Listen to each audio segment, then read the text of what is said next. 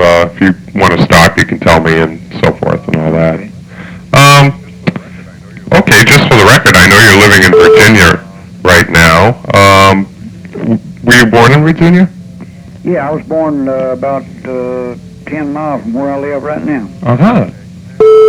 Okay, and back when you were born, obviously you wouldn't know right then, but what was life like when you were growing up, briefly? Well, it was a lot different than it is now. Yeah.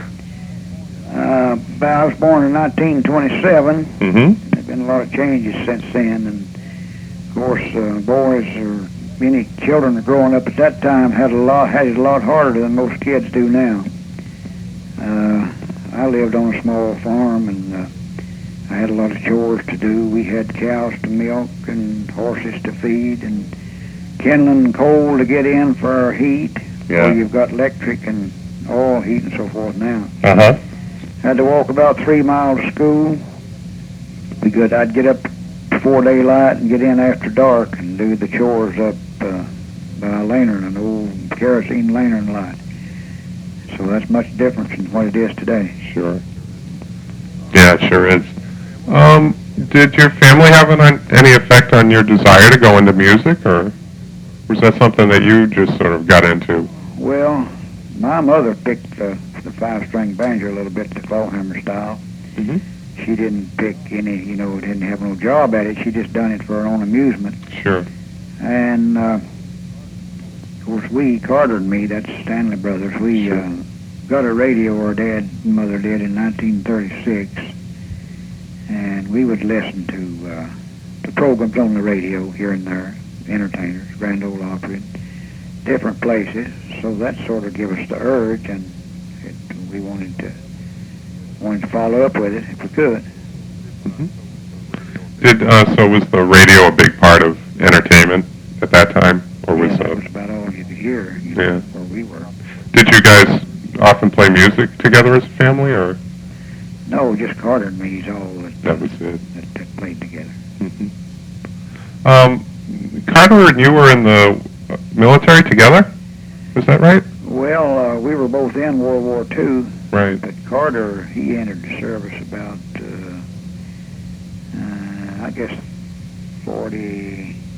about 43. Mm-hmm. And I didn't go in until 1945. Now, we didn't see each other any at all during that, except furlough time. Were you performing or playing at all before you went in the service? Or? Not very much. We had our instruments. We played around at our schools, around for neighbors, and maybe some little social gatherings around, but not professionally. We just played mostly for our own amusement. Mm-hmm. Okay, so when you get out, what did you end up doing for work? Well, we started right into the music. Carter was discharged in March of '46, and I was discharged in October. So Carter, he was playing with the group when I got out, and when I was discharged, I stopped at the radio station and did a song, and went on and helped them do a personal appearance that night before I went home. And I've been doing it ever since. That's great. We're glad of it for that as well. I was reading in, I don't know if this is true, but I was reading in Neil Rosenbuch's book on Bluegrass that in 1947, and he gets this story by way of Jesse McReynolds, so I don't know if that's good or bad, the radio played a big part in your early days, which you already said, but you and Carter made some great financial sacrifices to be heard. What did you have to do to get on the radio back then? Well,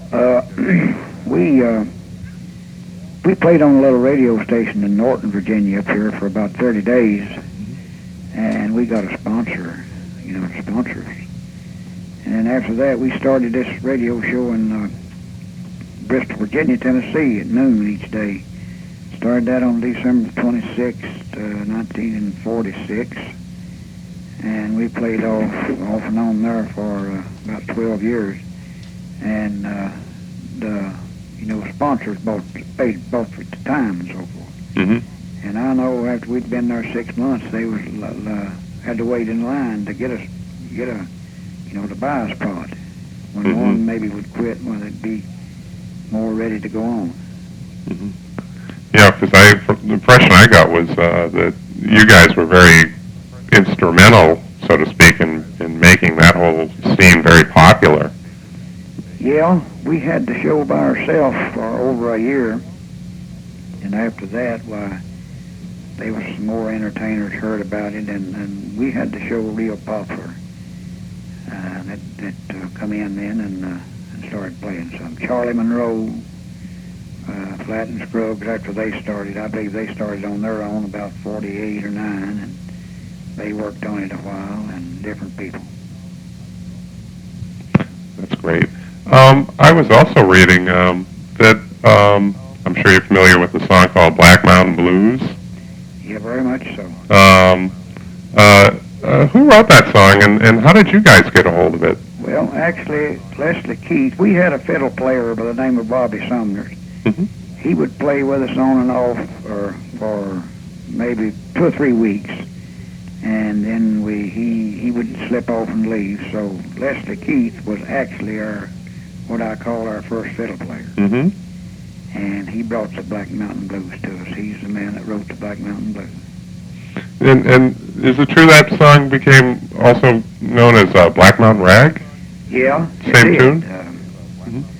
Some other fiddle players got a hold of it and recorded it, and I think maybe claimed it and Mm-hmm. maybe published it in their name. I guess you guys really had the so-called success with it, though. Well, yeah, Leslie Keith played with us 3 or 4 years. And, Yeah. as far as where we reached at that time, of course, later on, it became known mostly as the Black Mountain Rag. Mm-hmm. I think I've heard Doc Watson on a real old Folkways album give credit as it being called Black Mountain Blues as well. Yeah. You're fading out some. I can't hardly hear you. Oh, I'm sorry. Is that better? Yeah. Okay. A little bit about you. One of my favorite songs that I've seen you do many times is your version of Little Maggie. When you recorded that song, it was also done on a record that also had a tune called Little Glass of Wine. Right. Is that true? That was your first hit, so to speak? It was actually made Billboard. Yeah, I guess it was. Mm-hmm. Yeah, I think so. Yeah, Carter and me wrote the Little Glass of Wine, and I heard Little Maggie. I believe a fiddle player by the name of Steve Ledford wrote that. He was fiddling with the Maynard's Mountaineers. We heard the Maynard's Mountaineers a lot when we were boys. Yeah, as a lot of people did at that time. I had read, which I didn't really know, that song actually, your whole career seemed to have taken off too when that did hit Billboard, which was something unusual for bluegrass music, because so many people thought it was obscure folk music or something, I always think, and I will say, I've seen you many times with the Clinch Mountain Boys, and I unfortunately never seen you, of course, with Ralph. With Carter, rather. I'm sorry. And I always think of you guys as having a very unique sound. And even listening to the records of you and Carter, I get that sense. But so many people always want to say, well, Bill was a big influence, and Flat and Scruggs, and so forth. And even some people compare bands to quite often to those two. I know that you played for a while with Darrell Pee Wee Lambert. Yeah, Pee Wee Lambert was with us when we first started. Mm-hmm.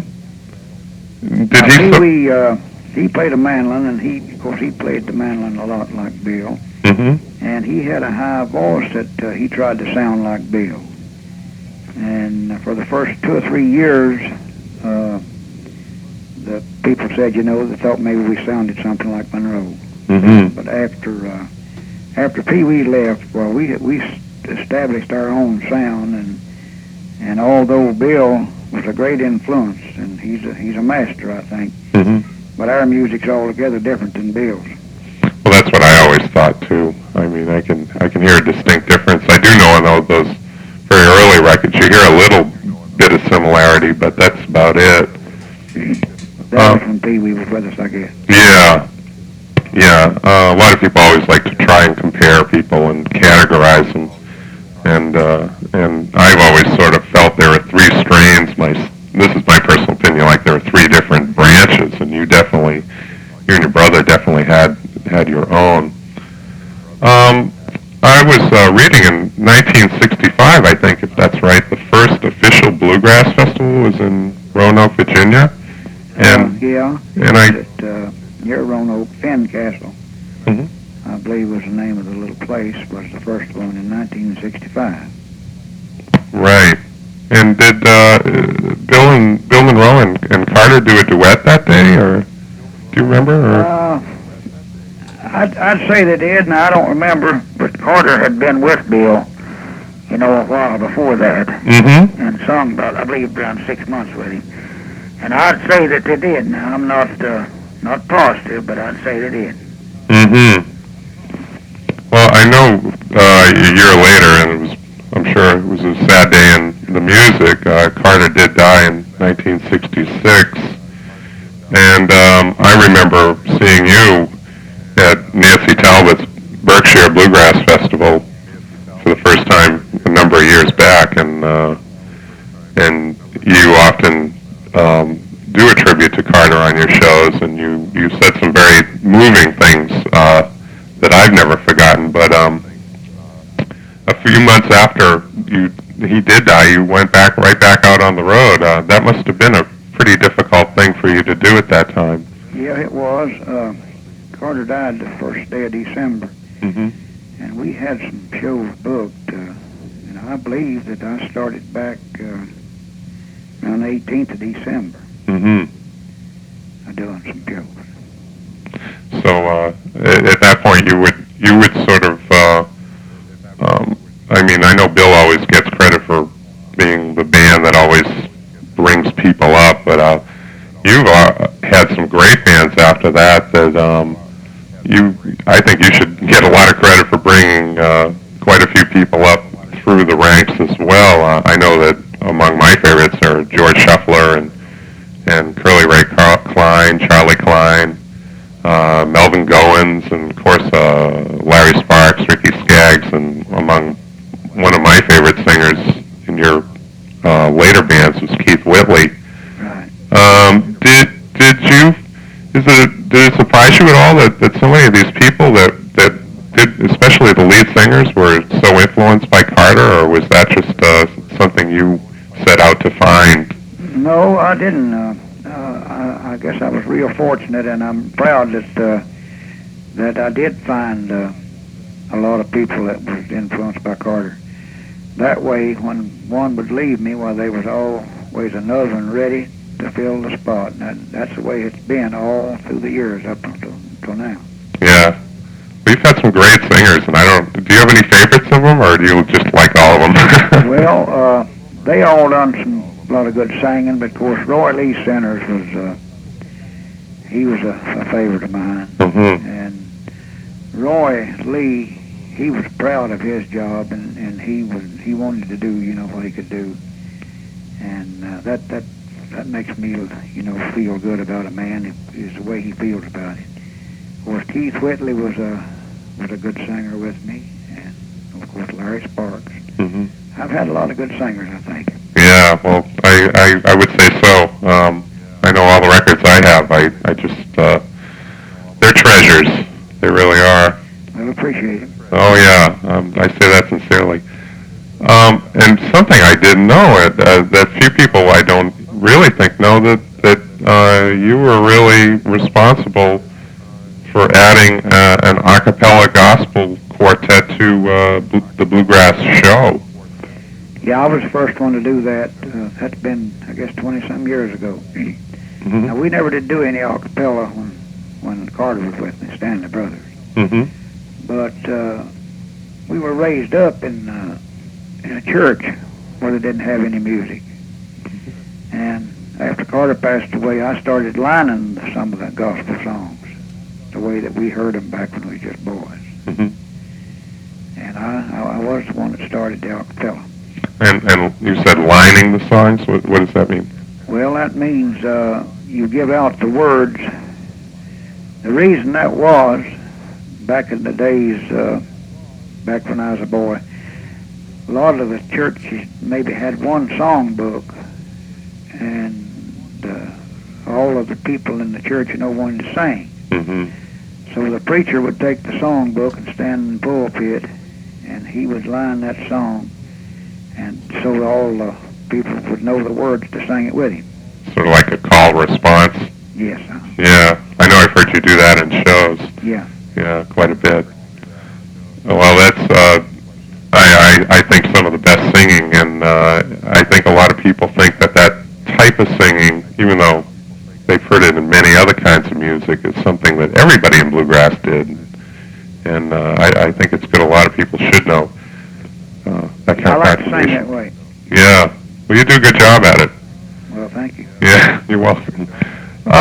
Tell me also a little bit. I've never made it down to McClure, Virginia, and I always have wanted to. In fact, I heard it's the hardest festival to find because everybody that's not familiar with the area gets incredibly lost. So I was talking with your guitarist one time, Junior Blankenship, your current guitarist, and he told me that it was quite a place up there on the hill. But could you tell me a little bit about the Carter Stanley Memorial Award and how that came about and what you do with it now? How the what come about? The Carter Stanley Memorial Award. You mean that I gave some of the people there? Yeah. Well, see, I started that festival as a tribute, a way to remember Carter. Mm-hmm. That's why that I started it to begin with. Mm-hmm. And I called it the Carter Stanley Memorial. But there was some things that come up that I had to change that. And so now I call it the Ralph Stanley Memorial Bluegrass Festival. Oh, really? What was that? Well, it was just some stuff I don't care about printing. Oh, I see. Okay, no problem. But anyway, that's why that I changed the name of it. And I still, in my heart, it's in memory of Carter. Yeah, well, I've heard you say that many times, and I know that for me, that's the memory I have of it. Even though I've never been there, I mean, that's what I always associate it with. Well, it's not too bad a place to find. There've been a lot of improvements in the last few years. There's a blacktop road to it now. Uh-huh. And I've got a nice big shed to sit under, and a new stage. It used to be down in the holler. Mm-hmm. You get real good sound there, but it was a little unhandy for older people to get down to. Mm-hmm. So I had a nice big flat place, and so I moved it up there.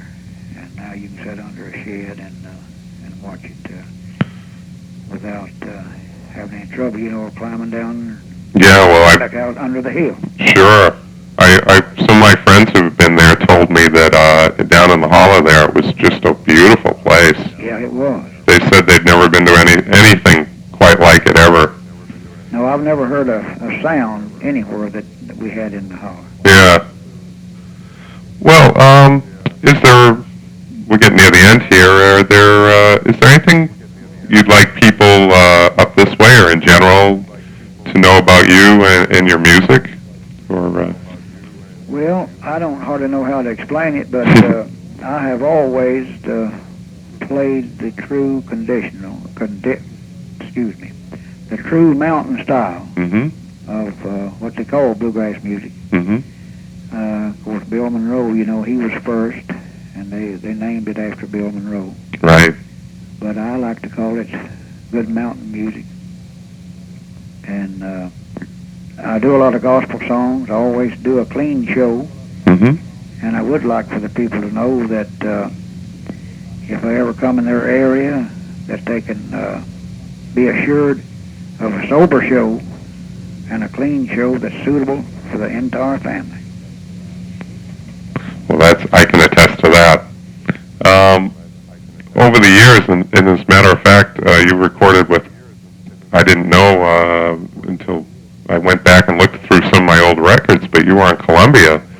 some time ago, and of course Rebel Records. And recently you've started working with a Freeland Recording Company. Yeah, we started out on Richardson, a little company in 47. Mm-hmm. And then we went from there, I believe, to Columbia. Mm-hmm. And from Columbia to Mercury. And then from Mercury we recorded a lot on the Star Day. And then we recorded for the King Record Company a long time. And Dick Freeland, he started Rebel Records 3 years ago. Oh. And I recorded a lot of our records with Dick Freeland. Mm-hmm. And could have been around, I'm not sure of the year that he sold out and retired. Mm-hmm. But how this other come about, he contacted me about 2 years ago, and he said he was ready to go again if I would record for him. And of course, Dick always promoted and really, helped publish our records and really helped distribute them good. And so I told him that I would. And we got the idea on, I always wanted to do a number with, some of the country stars, some of my favorites. Mm-hmm. And I mentioned that to him, and he liked it, and we went on from there and recorded this double tape and CD with the country and bluegrass artists, 14 of them. Oh, wow. It's been the biggest thing that I've ever recorded. It's been on the charts some in country and also bluegrass. That's terrific. Are you familiar with that record? No, in fact, he sent me a couple. He sent me the Christmas album and another one. And I just did a review of the Christmas album, being the holiday season. You didn't get the Saturday night and Sunday morning? No. And that sounds like a good one. See, that Saturday night is all, I believe they call it secular. Yeah. And Sunday morning is gospel. Oh, I'd love to hear that. Do you want me to tell you some of the people's on it? Sure. Okay, Dwight Yoakam, Vince Gill, Tom T. Hall, Bill Monroe, George Jones, Wow. Ricky Skaggs, Jimmy Martin, Larry Sparks, Charlie Sizemore, Emmylou Harris, Patty Lovelace, Allison Krause, and there's 14. I don't know where I missed anybody or not. But that's really going wild all over the country. That's terrific. Well, I am definitely going to get that. Yeah, that's a good one. That sounds like a great album. Yeah, it is. Well, speaking of, you mentioned some of the younger players like Allison. Do you have any advice for the up-and-coming bluegrass players? Well, I don't know. There's a lot of up-and-coming bluegrass players, and I don't know too many of them, that's really playing Mm-hmm. what I call, bluegrass or Mm-hmm. old-time music or whatever. But about all the advice I'd have is to get their own material, try to sound like themselves and not sound like anybody else, Mm-hmm. and get something original. Yeah. That'd be my advice. Yeah. So it's good to do the old songs, but it's also good to write some. Oh, yeah, that's right. Definitely. Do them their style. Yeah. Well, Ralph, I really want to thank you for doing this interview for me, and I know our readers up here are really going to enjoy seeing it. And matter of fact, I'm going to get a copy of your new CD and make sure that it gets on the airwaves up here so people can hear this. But I wish you a good holiday, and I look forward to. Yeah, I look forward to seeing you, and hopefully we'll get you up here sometime soon. Well, I was just going to say that. I appreciate you calling me, and I'd like to come up that way sometime. Well, I also